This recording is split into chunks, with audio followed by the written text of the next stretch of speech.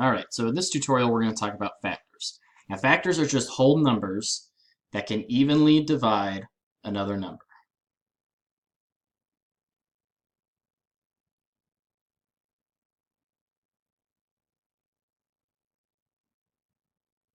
Now, even doesn't necessarily think in terms of an even or an odd number like 2, 4, 6, 8. Factors can be even or odd numbers.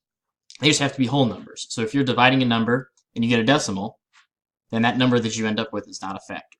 So if you think of it more in terms of actual items, physical things that you can rearrange in your hands or on a table, you can split that number of items into groups where all of the groups have the same number of items in them. Then both the number of groups and the number of items in each group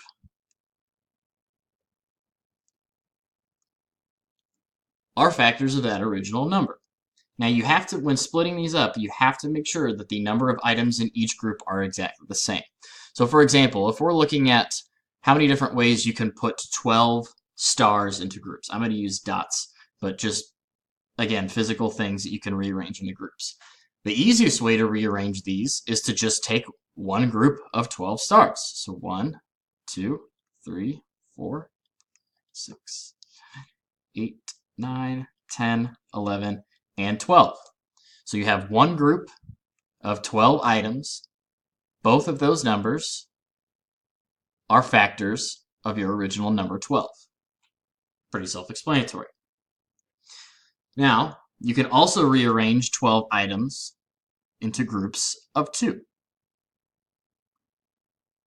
6, 7, 8, 9, 10, 11, 12. And again, my total number of items has not changed from the original 12 stars from right here.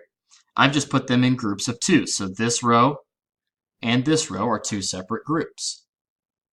2 groups, and each row has 1, 2, 3, 4, 5, 6. Both 2 and 6 are factors of the number 12. Another way you can rearrange 12 stars into groups is to put them in groups of 3. 2, 3.